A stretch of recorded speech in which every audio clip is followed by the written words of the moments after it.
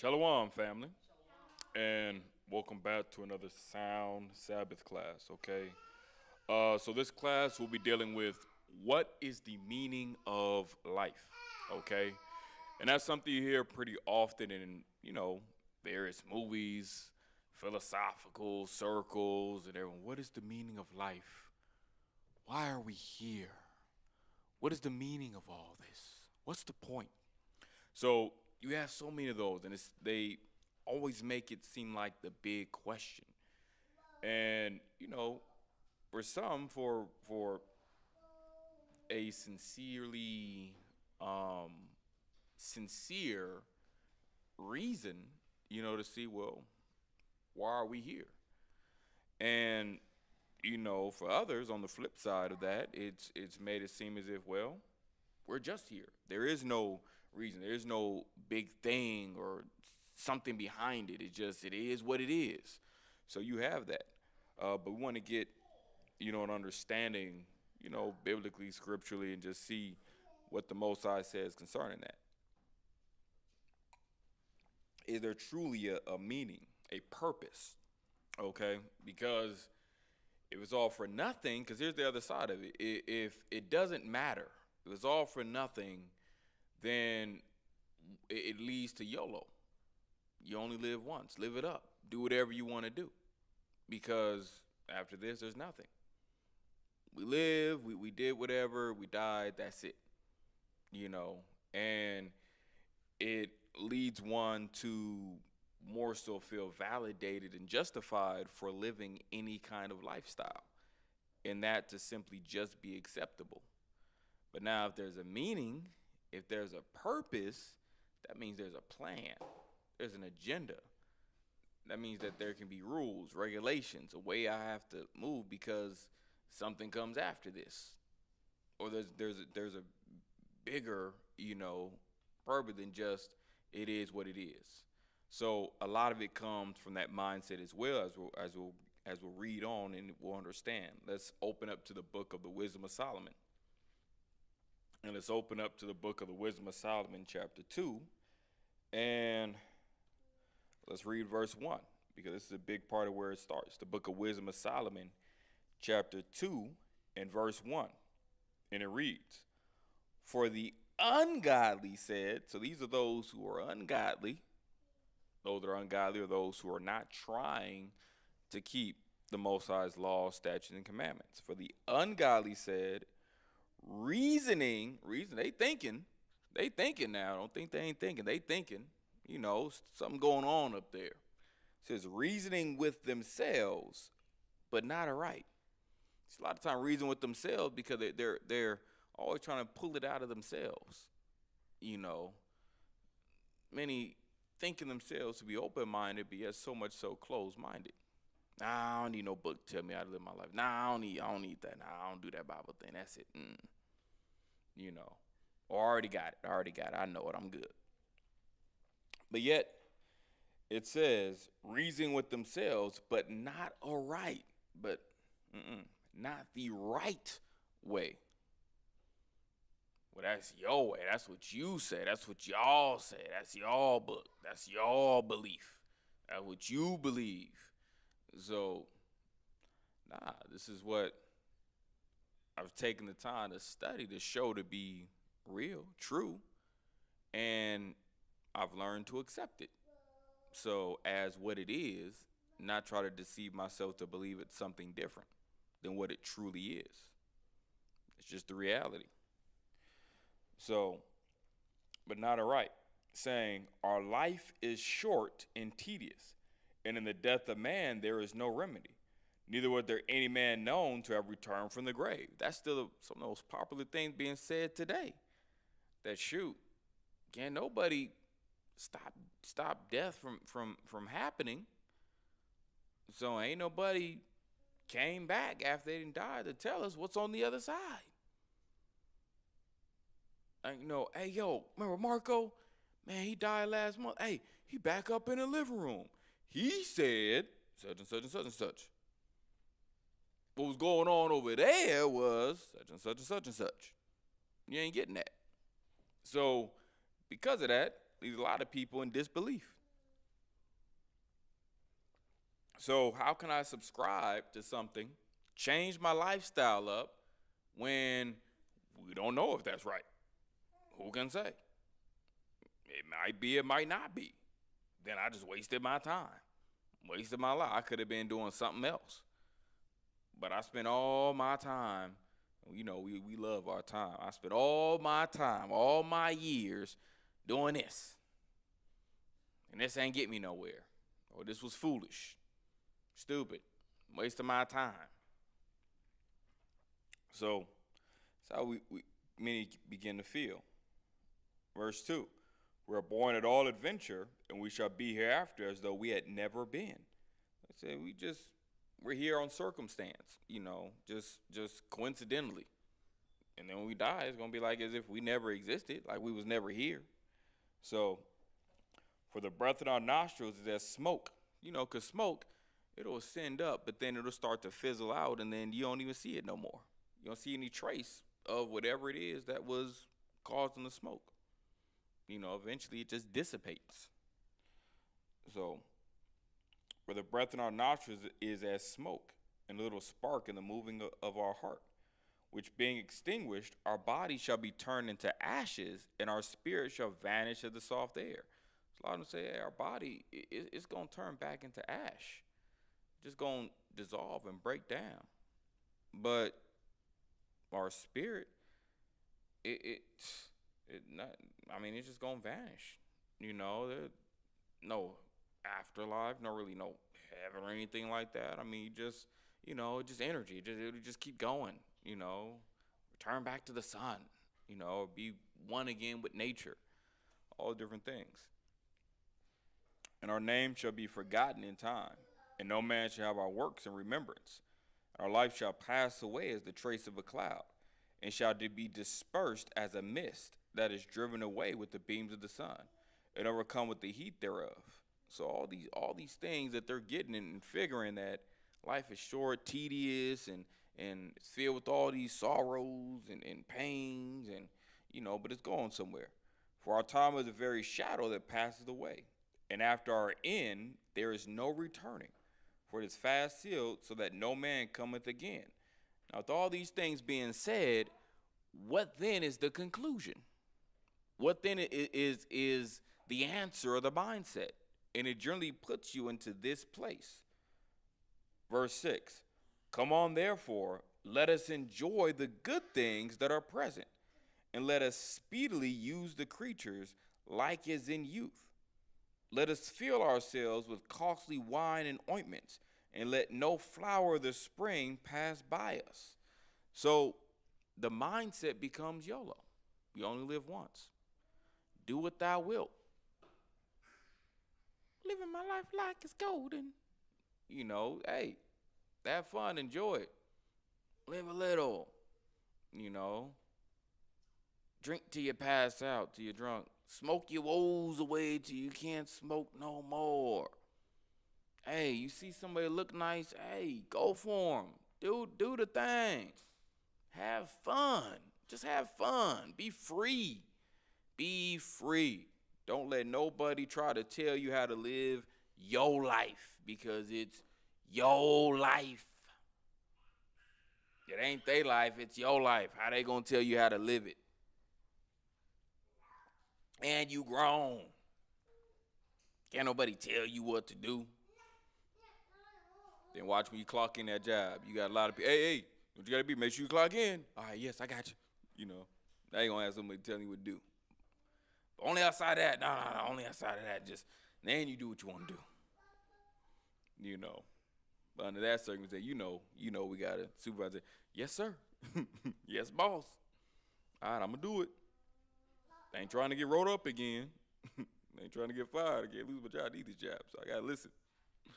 So only under them circumstances, then it's reasonable, then it's good. Outside of that, live your life. So you have that. This becomes the mindset. And like it says, verse 8 and 9, let us crown ourselves with rosebuds before they be withered. Let none of us go without his part of our voluptuousness. That was even then. It's your body. Show it. Show it. You worked hard for it. You grew them things. Hey, you've been working out. Show it. Use it how you want. Let us leave tokens of our joyfulness in every place. For this is our portion, and our lot is this. That this is it. This is it. This is the answer to it all. This is it. It's as good as it gets. This is the meaning of life. This is the purpose. But again, in whose eyes? Like I said, verse 1. For the ungodly said, those that are ungodly, that's all they see. That's all they see. That's what the mind is fixated on. But that ain't it for us. That ain't it for the godly and for the ungodly that repent and become godly. So let's get that. 2 Ezra 8:49 through 51. Let's get that.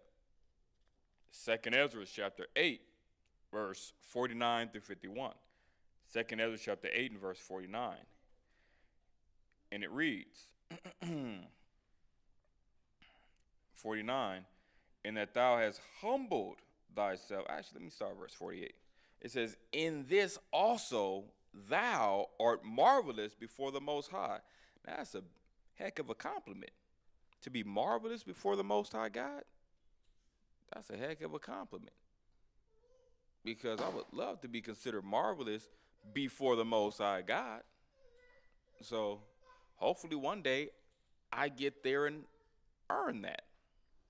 So hopefully, and hope that for all those that also desire that, because man, that means you're doing a lot right, a lot in excellence, as Ezra's was, verse 49. And it's telling them as to why, because now we get some of the answers from the thing made it marvelous. Let's see. It says, in that thou hast humbled thyself. That's a big part. A lot of us don't want to humble ourselves. We just think, oh, no, I'm humble. I listen. What'd you say about me? We just, all right, look, humble is beyond that. Humility, especially in this content when the scripture is dealing with it, isn't just, all right, I sit back, kind of listen. No. That's a part of humility, but it's also moving in accordance to what the Most High says to do versus what you want to do. That's the root of humility. I'm subjecting myself, I'm bringing myself into submission to something else, but that something else is righteousness. So you being humble isn't just, okay, let's say, because a lot of people they humble themselves to a degree on their jobs, but then outside of that, you act the fool, act what you want, how you want to act. But no, that humility has everything to do with how you submit yourself to the Most High God and His laws, statutes, and commandments. That's the biggest aspect of humility that the scriptures are speaking of and that the Most High is looking for, because that pride is the self, your own will that's coming into place, and that being the priority instead of you lowering yourself to, what does the Most High want me to do? How does He want me to go about the situation? And that is challenging for most to do. Ain't it, everybody? Challenging, especially in this day and age. So especially in this day and age, in the world of temptation, that is challenging. And it is a fight, and it's not easy. So that's part of the Most High evaluating us, giving us a weekly, even daily grade in terms of how we're doing. You see that with Ezra's, that man, in this, thou art marvelous before the Most High. You're marvelous. You excellent on that. Like, man, like, and marvelous, the root of that is marvel. Like, there's an awe to you, a wonder, an amazement. Like, man, I see how you move with that, how you make them decisions. Proud of you. Like, man, takes me back. Like, ain't too many moving like you. Ain't too many. You gotta have that. You gotta have that strength, that strength and resilience. So, and it says, all right, verse 48, And this also that are marvelous before the Most High, 49, and that thou hast humbled thyself as it becometh thee. As it becometh thee. Becometh thee, why? Because you should humble yourself in that way first and foremost. You should. Just off top, being a human being. Just off top. Secondly, understanding who you truly are, according to the Bible and Israelite, all the more that you should. Knowing your history, knowing the prophecies. And then the third, is especially all the more if you are chosen to be a leader, king or governor, prince, or even more priest or prophet, even the more. It adds up, it builds. So as far as becometh thee, and it says, and is not judge thyself worthy to be much glorified among the righteous. That's another part. Not in the mindset of, I deserve to be saved. And a lot of our people feel entitled. Shoot, God gonna save me. I deserve to be saved. I deserve the kingdom. I work hard. No, we don't deserve it. We don't. I mean, I've put in a lot of work, coming up, and was it May? We got June, July, August, September, in a couple months, we're coming up 14 years in this walk. Put in a lot of work. Those that know me, I work hard. But even with all that hard work, it doesn't change the fact that I do not deserve the kingdom. Don't deserve it. And to say none of us do. But you can earn it. But you don't deserve it.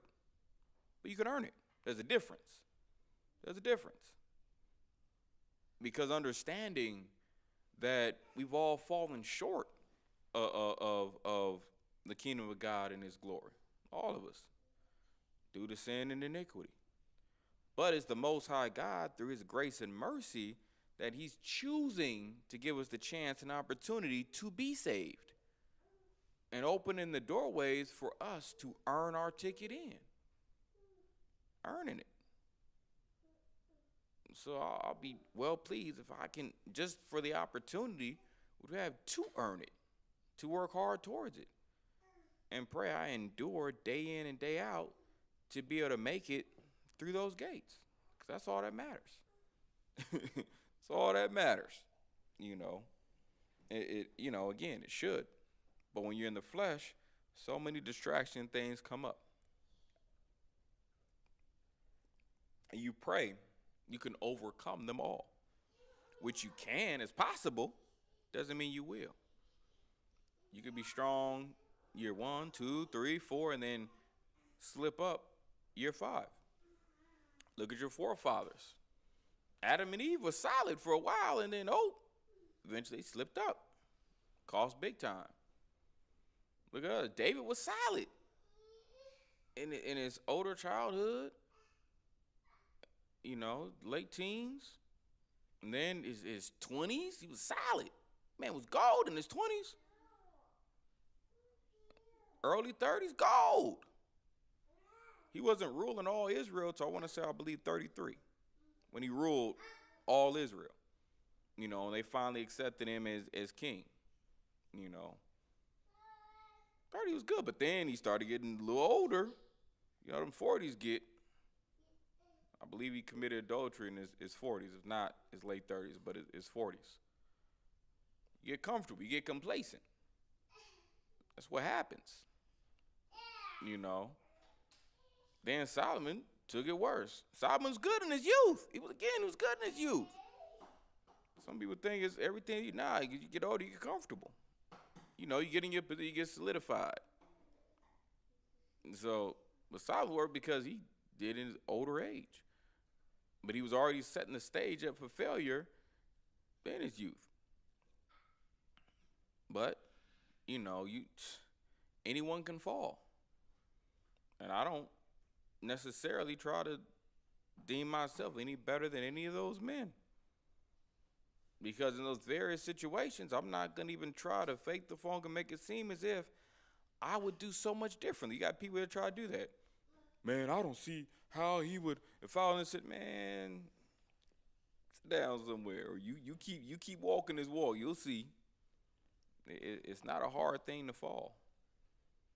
Doesn't matter how much skill you have, how much authority you have, how much wisdom you have, you can still fall short. Because it's a day-to-day battle. It's a fight. It's a fight. And you have to realize that you're in a fight and you have to keep resisting. That's part of it. Is realizing this life, it is a fight. It is not easy. Let's continue. So, verse 49, and that thou hast humbled thyself as it becometh thee. It is not judged thyself worthy to be much glorified among the righteous. So seeing that, man, the righteous, this is all that they get, not seeing like, okay, if that's what they get, I should be there. No. No. Like, man, I hope I'm there with you. Really do. Hope. Just saying, hey, shoot. Be among the least of the disciples, apostles, prophets, you name it. Whatever floats your boat, the least. So not to be esteemed more than, anyone. Because, man, always something, always falling short, trying to get it right. Always trying to fight to be better and do better. Always trying to raise the bar, and trying to fight to be better and do better. Learning from past mistakes and okay, let me make sure I do better this time. And incrementally or little by little, just in certain scenarios and situations, 'cause a lot of things is rinse, wash, repeat. Different scenarios, it'll come back to you again. The longer you're in this walk, the more various scenarios will come back your way. It'll all come back your way. Full circle. It's a cycle. So some of them issues you had in years 1, 2, 3, they're going to come back years 4, 5, 6. Don't matter whether it's problem with your kids, spouse, or marriage opportunities, or job issues, or temptations on it's all eventually gonna come back. Boomerang. It's all coming back to you, and you'll be tested on it again. And the goal is to do better than what you did last time, if you didn't pass. So that's the goal. But then you might pass with flying colors. You might do excellent, or you might just do a little better than last time, or you might just fail altogether, do way worse. You don't know. Because think about it. If you would ask, a lot of our forefathers failed. Let's just mention, like Adam, David, Saul, Solomon, when they were younger, that, if you would have told them the thing they would have done, they probably, no, not me. No, I ain't going to do it. No. And even if you probably told others around, they'd be like, nah, not them. Nah, you see how you moving, man? Probably wouldn't believe it, because how that person moving now or at that time. Versus fast forward, and then it's like, dang, man, you was right. I don't know how that happened. Get caught up. So get caught up. Now, reading on verse 50, and it says, for many, not a few, for many great, not little, not small, great miseries, things that make you miserable, things that suck, things that are horrible, shall be done to them that in the latter time shall dwell in the world. We're in that latter time, dwelling in this world. Why? Because they have walked in great pride. They've been moving in great pride. Great, not just a little. So now understanding, putting it together. It says for many, that means a lot. Many great miseries. A lot of like things that are like, wow, you like, dang, that happened. Dang, for real? Like, a lot of unfortunate events, of a high caliber are going to be happening to people because you think it's all about you. You focused on you. You trying to do you. And in doing so, you're going against the Most High God. You're not concerned with trying to do things pleasing to Him. So you're going to pay and suffer for it. That's just the reality. Verse 51. But understand thou for thyself, because sometimes you can't help everybody. But you got to make sure you at least get it. You can't help everybody else, but make sure at least you get it. Don't nobody else get it, you got it. That's what you got to do. But understand thou for thyself, and seek out the glory for such as be like thee. So remember, Ezra wasn't the only one. Like when it says, when we started back in 48, and it's also that are marvelous before the Most High, Ezra wasn't the only marvelous one. There's others too. That's why it says, such as be like thee. There's others that are like you too. You may not necessarily be someone you may directly know or your neighbor, but they out there. So, and you need to be seeking out the same glory that they're going to receive. So, that's the thing. Let's read down. And we're going to keep reading down. Verse 52. For unto you is paradise open. See that? He didn't say unto everybody, he said, for unto you is paradise open. That's paradise is what? Something that's beautiful, nice, pleasant. You know, that's serene. That's that heaven. Another word for heaven, that paradise. Unto you is paradise open. So let you know that door, that ticket, everybody ain't getting in. It ain't a free for all. Let you know that you got something you need to be working towards. You need to be laboring towards. You know, contrary to popular belief, it ain't just lottie-dottie, any and everybody getting in. No. It's those that do the right thing according to the Most High God will get in. For unto you is paradise open. The tree of life is planted. The tree of life is planted for you. The time to come is prepared. Plenteousness is made ready. A city is builded, and rest is allowed. Yea, perfect goodness and wisdom. That's what you need. You got a city, a righteous city, a heavenly city, paradise waiting for you if you do right, if you get the invitation. And rest will finally be allowed. Rest ain't allowed yet. We still in hell. We still in labor. We still in the 666. Still in hell. So waiting to finally get to that 7. Waiting to finally get to that rest and that Sabbath and that completion. Waiting. But not waiting like we think I'm just standing by idly. No. That's not what we're dealing like with waiting. It's like when we go to a restaurant. There are people waiting on you, right? Waiters and waitresses. Guess what they're doing? They're not just standing by. They're working. They're tending. They say, hey, you need anything? Hey, we got it. Okay, now you ready? Okay, let me get this for you. Okay, you're not ready? Okay, let me know when you're ready. Now let me go see what they need. That's what it is. That's waiting. You're still serving. What can I do? Okay, let me do this. Okay, that's done. All right, let me see what else I can do. Okay, I did that. That's good. Okay, well, now I got to, okay, let me get that time. All right. Let me sit back and then, okay, let me see, what's needed over here. That's waiting. Waiting is working. So, serving. So now, and it said, rest is allowed. Yea, perfect goodness and wisdom. So we haven't seen perfect goodness and perfect wisdom yet, the completion of it. Haven't seen it. But hope one day we're able to see it. 53, the root of evil is sealed up from you. Weakness in the moth is hid from you. And corruption is fled into hell to be forgotten. See, that's what you want. That's what you want. So that finally the root of evil, it's sealed up from you. So that way you ain't got to worry about that no more. That ain't going to be a problem. So you ain't got to worry about weakness in anymore. You know, that's what we're looking forward to. 54. Sorrows are past. It's still, now this is still explaining what we read in 53.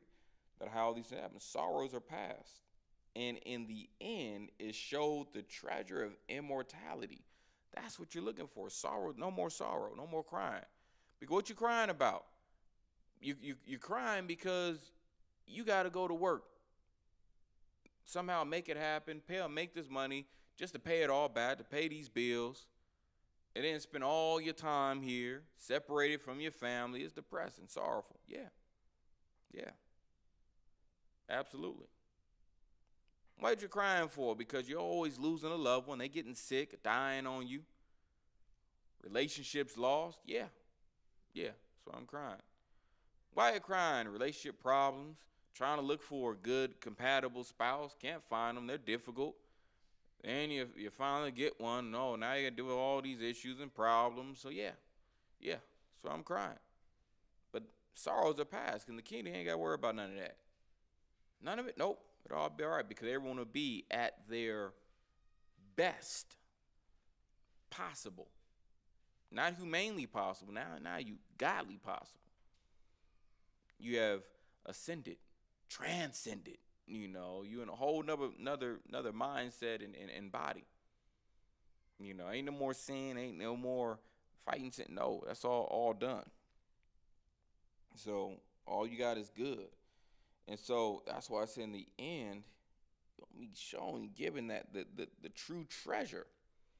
That true treasure, that true precious thing, immortality. Immortality. Meaning what? No more sickness, no more death, no more disease. Think of how relieving that is.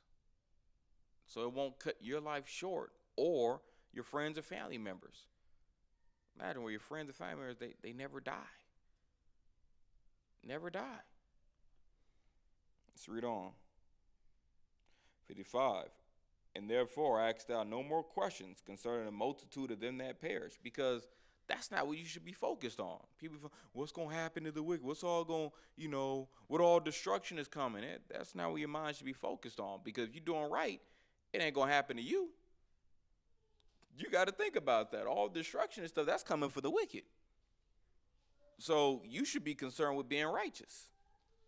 So, because if you're righteous, you ain't got to worry about all that. Most High got you. Because the Most High is the one bringing the destruction. He knows who's righteous and who's wicked. He knows who he's trying to get. Like I said, he ain't hurting and killing everybody. So he already know, this ain't for you, this for them. Unless you want to put yourself on that side. Okay, then you going to get hurt and caught up. But that's why, Most High doesn't want us focused on, the judgment of the wicked and what's all gonna happen and what all they gonna be tortured with, what they gonna hit, and don't overly consume your mind with that. Yeah, good to know some of the things, but that's not the focus. You need to be focused on what rewards the righteous are gonna get, because that's the whole reason why you're here. That's the whole reason why you're doing everything you're doing. Keep the reward, the fruit of righteousness on your mind, and that's what you're going to get. That's what you're going to receive. So, verse 56. For when they had taken liberty, because see, that's what a lot of people do. They have taken liberty. It wasn't given to them. They took it.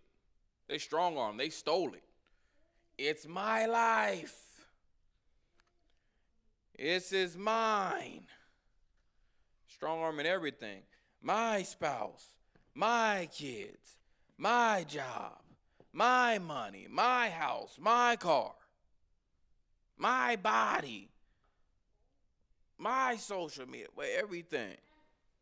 So I will do with it as I please, because it's mine. That's how people feel. Taking everything. So, it says, for when they had taken liberty, taken freedom, taken it upon yourself, do what you want to do, they despise the Most High, because that's what happened. That's what you're doing at the same time. Forget that guy talking about. This is what I'm talking about. Because that guy ain't here, ain't doing this, ain't doing what I want. As if God is supposed to be your personal genie. You just summon him when you want him, when you want something in your life. Well, shoot, now if I clap my elbows together and rub my belly 3 times and summon my God, he should come up here and what do you need? So I need a house. I mean, I should have already had one, but I mean, you behind schedule. I've been asking for it. I don't know what's going on. It's like you ain't getting the message. God should be, I am so sorry. I have forgotten as I have been overwhelmed. I need to be overwhelmed with a house about now. It's about time. Can we make this happen? Certainly. Today, please. And don't just give me anything. I need one over there. That area, not over there. That area. It gotta be nice too. I can make that happen. As if you got God in your pocket. You want a pocket God.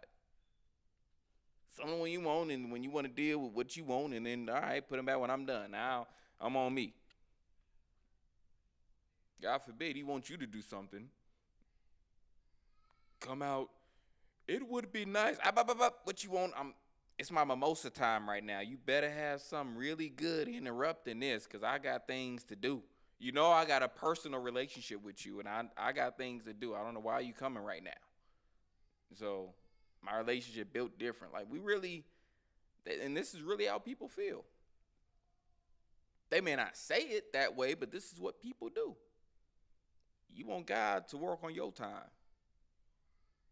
You want to put, just like y'all do with them Bibles, you want to put God on a shelf in your room, and just, when you ready, all right, I know it's there. Like the old Bible, you want to, all right, I know it's there. Flip page, I call when I need. That's what you like to do. And you think that's supposed to be honorable, respectable, appreciated, and how God likes to be dealt with. Some of y'all try to treat some of y'all relationships like that, and that's why I don't be going good. Friendship, spouse, everything included. Because you want things to be on your time. You don't want to reciprocate. So you want things to move when you want and how you want, and think that to be good and acceptable. That's not the case. So now, that's what it says, verse 56, for when they had taken liberty, they despised the Most High and thought scorn of his law and forsook his ways. Thought scorn of his laws and forsook his ways. What is scorn? Thought scorn of his laws. It says open or unqualified contempt, disdain, and an objection of derision or contempt. So to treat or regard with contempt or disdain, like what's that? I ain't doing all that. I'm more free spirit than that. I ain't doing all that. That's too much. You can keep that. So I'm good. And then with that, and then just you foresee you abandon. Or say you just abandon all these other things that God will have you to do. That I'm not with that. Sorry. So that's how you are. And just think that to be the answer. And that to be good enough for God, because it's good enough for you. It's acceptable for you. And just feel he should just take me as I is. So, well, no. That's not the way it works. Look at 2 Ezra 9, 5 through 12. God will let you think that, all right? That's how you feel? Go on ahead. Do you. God, he could play the games too. Do you, boo? Do your thing. Live your life. You go on. Live your life like it's golden. Have fun. Live it up. Because I got you. I got your number. All right, bet. Okay, I know what to do. Write that down. This is how we're going to take care of this. It's all right.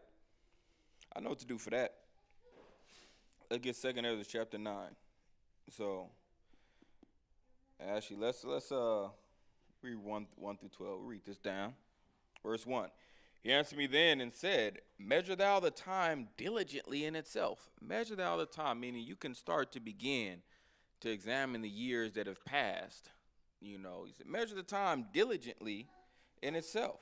And when thou seest part of the signs pass, which I have told thee before, then shalt thou understand that is the very same time wherein the highest will begin to visit the world which he made. God has already visited this world.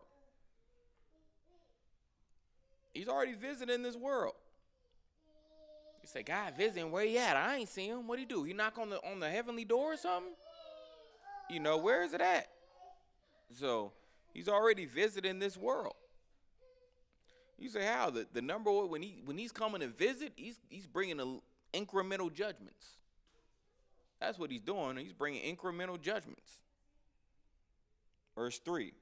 Because look at this. He's going to answer right here. Therefore, when there shall be seen earthquakes and uproars of the people in the world, then shalt thou well understand that the Most High spake of those things from the days that were before thee, even from the beginning. Are we not seeing these things today?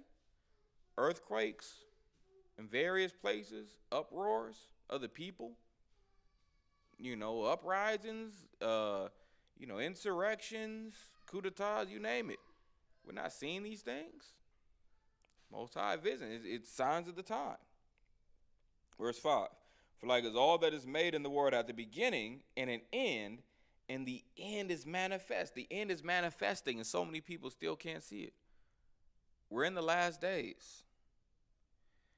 Even so, the times also the highest have plain beginnings, and wonders, and powerful works, and endings, and effects and signs. It's the same thing. The end is effects and signs. You're starting to see the effects and signs of the end. Verse 7. And everyone that shall be saved, this is how you know, everyone that shall be saved, all the people that will make it, and shall be able to escape, because there's going to be a way to escape, but how? Escape by his works and by faith whereby you have believed. That's the thing. By your works and faith. People think, I just got to believe. No. It ain't just belief. It ain't just belief. Because your faith is how you're going to move.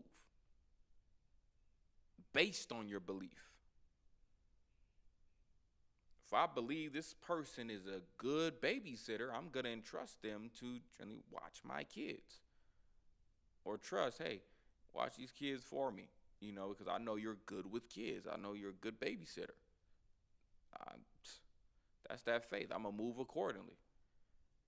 And if I believe the opposite, you're not good with kids. I don't believe you're good with kids, or I've seen enough that how you talk, how you deal, you're not good with kids, then I'm not going to leave my kids or any kids around or with you. Each one according to that faith. Because that faith is from the things I have seen. Even if I'm not 100% sure on these other things, I can say from the things I've seen that this is more likely the situation. And I will move accordingly.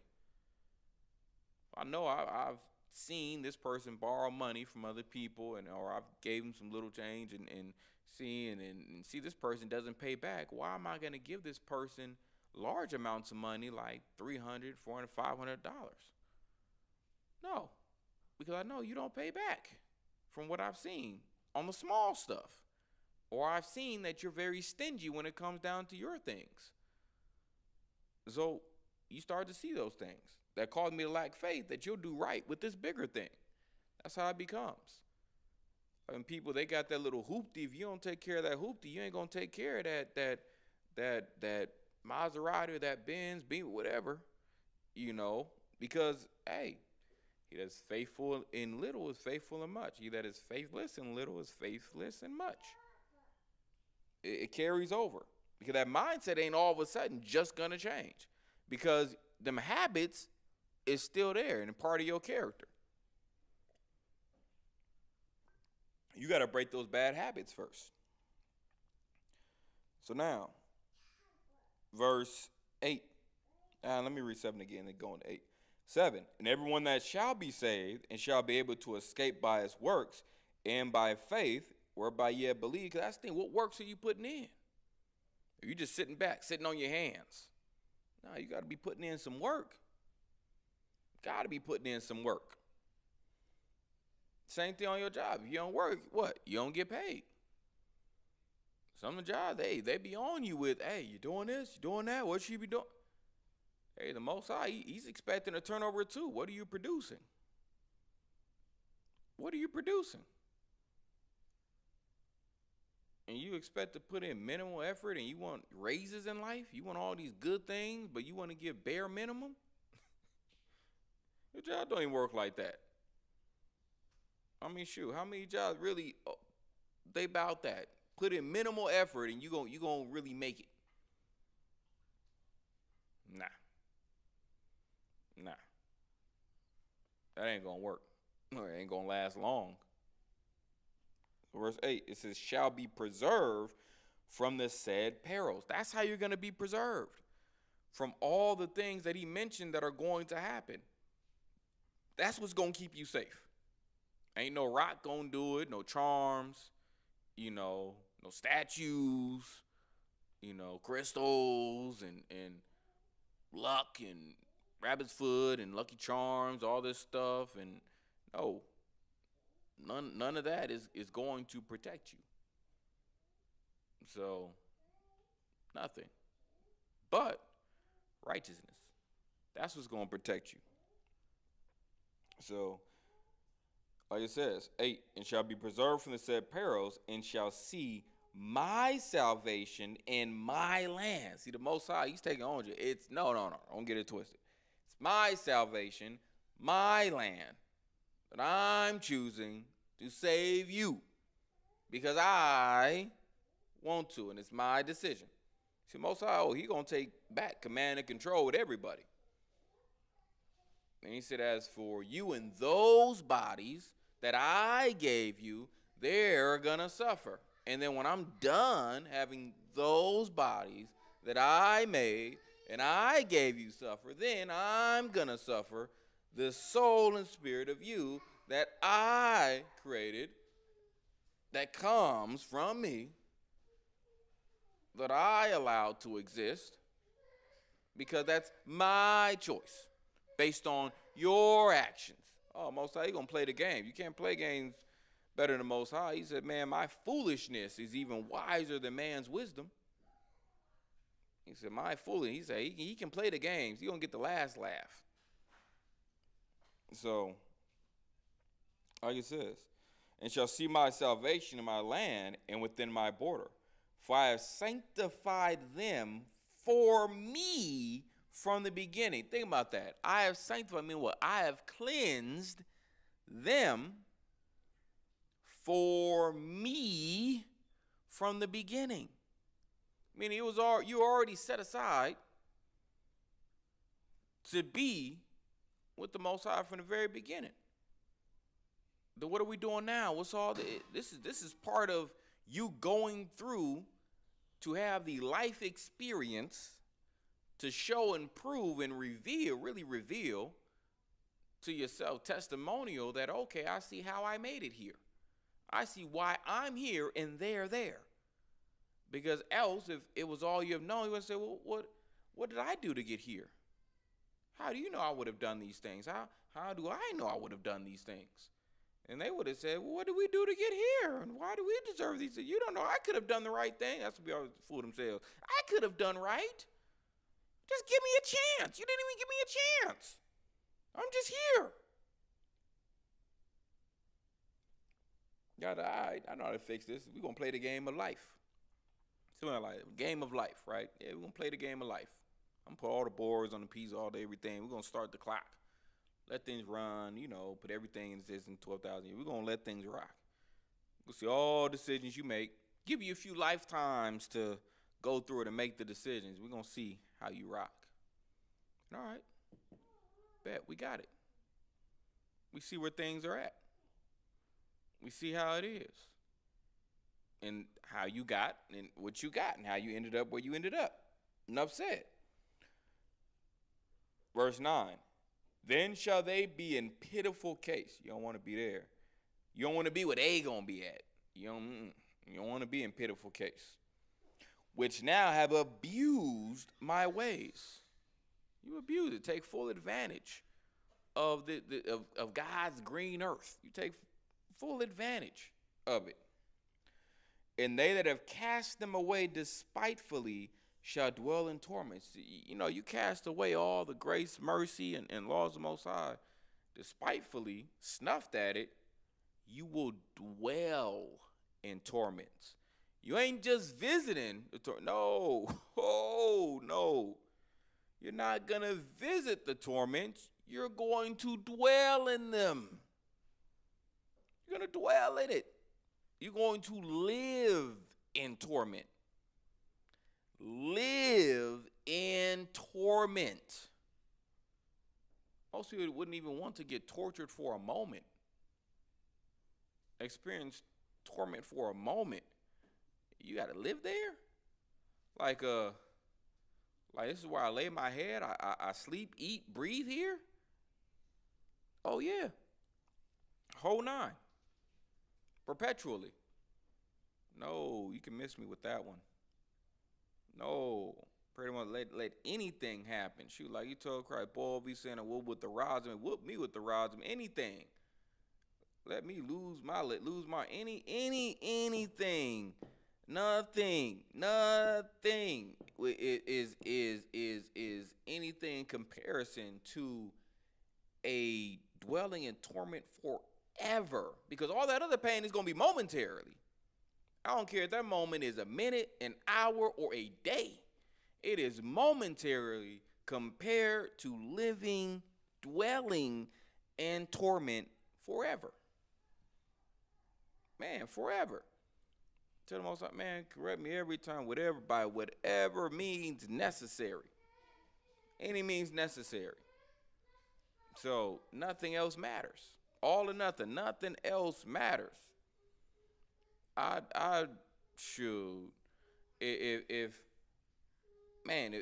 my legs gonna cause me to walk right into some sin, Most High, take them out, because I'll be all right. I can still teach in a wheelchair right up here. Be just as happy. After a while, because, man, it could have been way worse. Save me from myself, from something. Sometimes you got to be saved from yourself. Save me from myself, because, man, I'd rather not get in something about it that can take my soul. Them legs, I'll get back in the next life. My soul, shoot, I ain't getting that back. That's done for. That's a wrap. Them fingers, I can get back. Them hands, I can get back. I can get back. I lose eye, I can still read with the other one. We still shaking and baking. Whatever it is. It's not, nothing is worth an eternity of torment compared to an eternity of blessings. Nothing else. And you have to really sober up and realize that, and try to remember that to fight to keep you right, and pray that, man, Most High, give me strength and will to fight and make it out, so I don't end up in them situations. For real. By any means, you got to know, by any means, wake me up, because I might fall asleep. I don't want to fall back to sleep, because then I get complacent. I start going left. Keep me awoke. Keep me awake.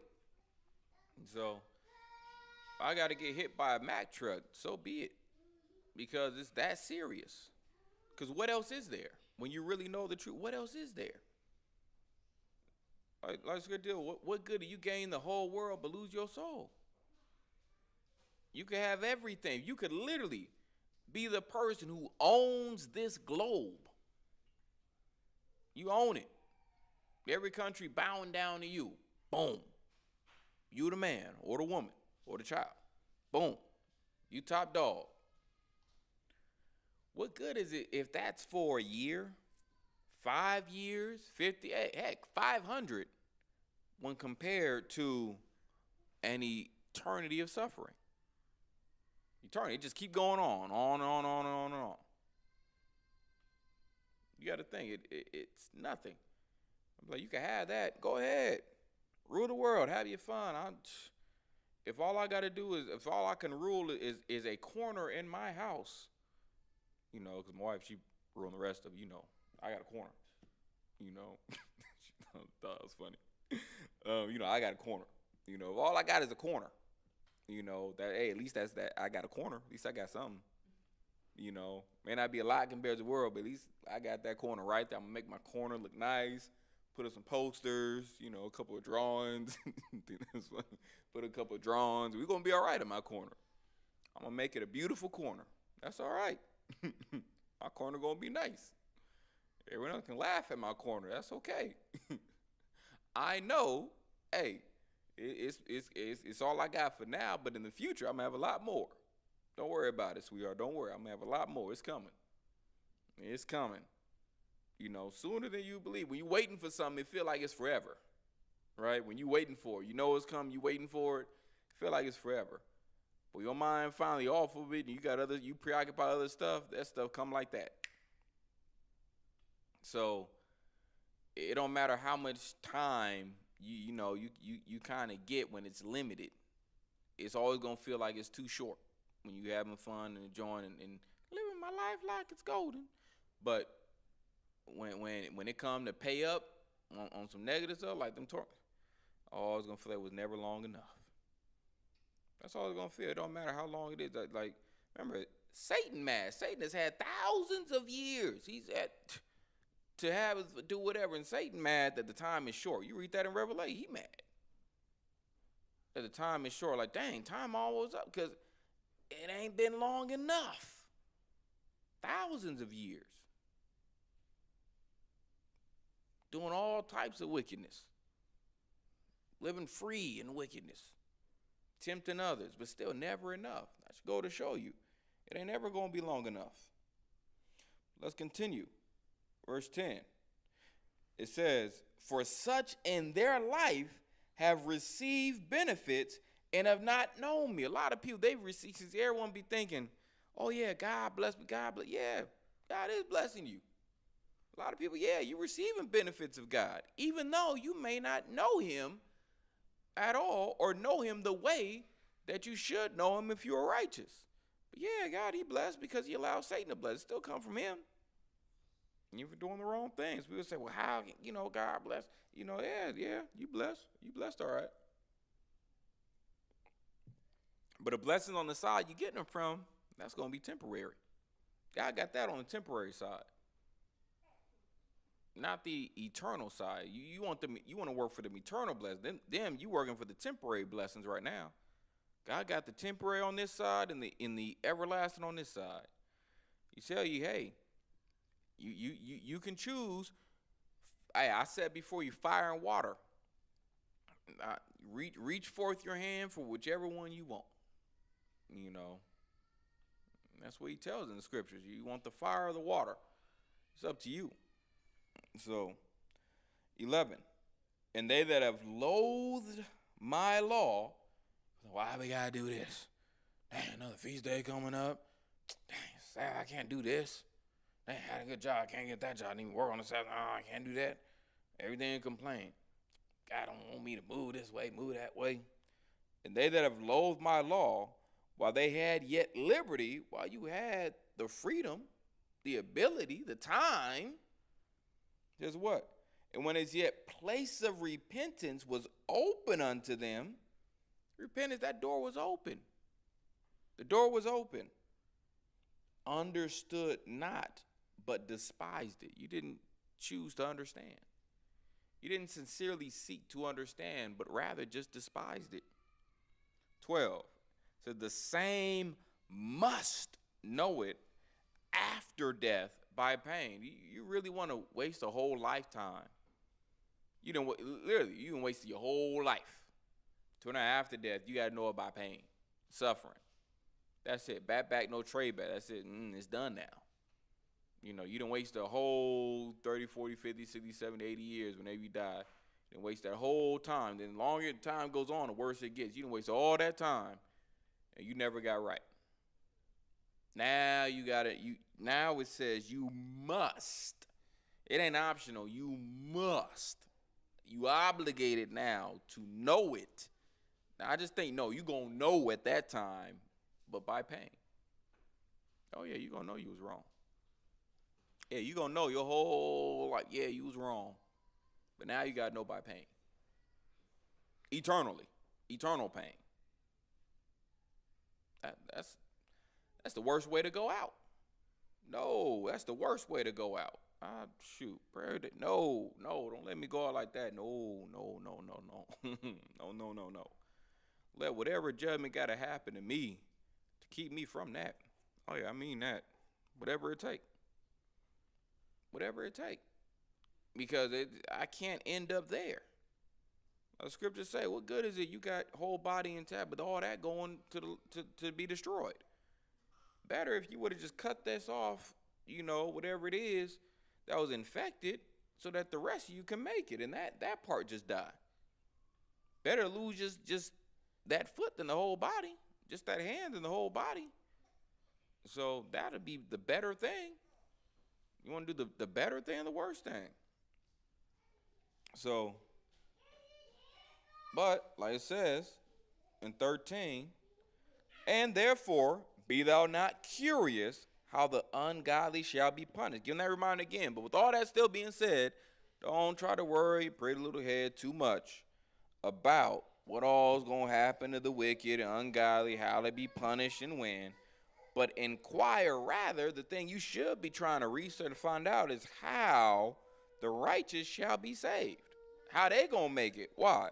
Because whose the world is. That's what it is. Whose the world is and for whom the world is created. The world was created for the righteous. That's what you got to understand. That's who the Most High is concerned with, who he made everything for. He cares, hey, what the righteous going to get. Let's give Micah 6 and 8. Which means what? You should be concerned about the same thing. What the righteous get and make sure I'm with them. Because as for the wicked, they ain't getting nothing you really want. So miss me with them. I need to be on the side of the righteous. Because that's all that matters. Everything else is for the birds. Let's get Micah 6 and 8. Book of Micah chapter 6 and verse 8. He have showed thee, O man, what is good. And what doth the Lord require of thee, but to do justly, and to love mercy, and to walk humbly with thy God. That's it. That's what God requires of you. Let's get the last scripture, Ecclesiastes 12 and 13. So that's it. Don't nothing else matter. So don't nothing else matter. Anything else we talking about ain't nothing in compared to that. Let's get Ecclesiastes 12 and 13. Now it says, let us hear the conclusion of the whole matter. With all this being said, what is it? Fear God and keep his commandments. For this is the whole duty of man. For God shall bring every work into judgment with every secret thing, whether it be good or whether it be evil. And with that, I pray that you understand and have learned that the meaning of life is for you to repent, be righteous, so you can be worthy to make it into the kingdom of heaven. And with that, I say shalom.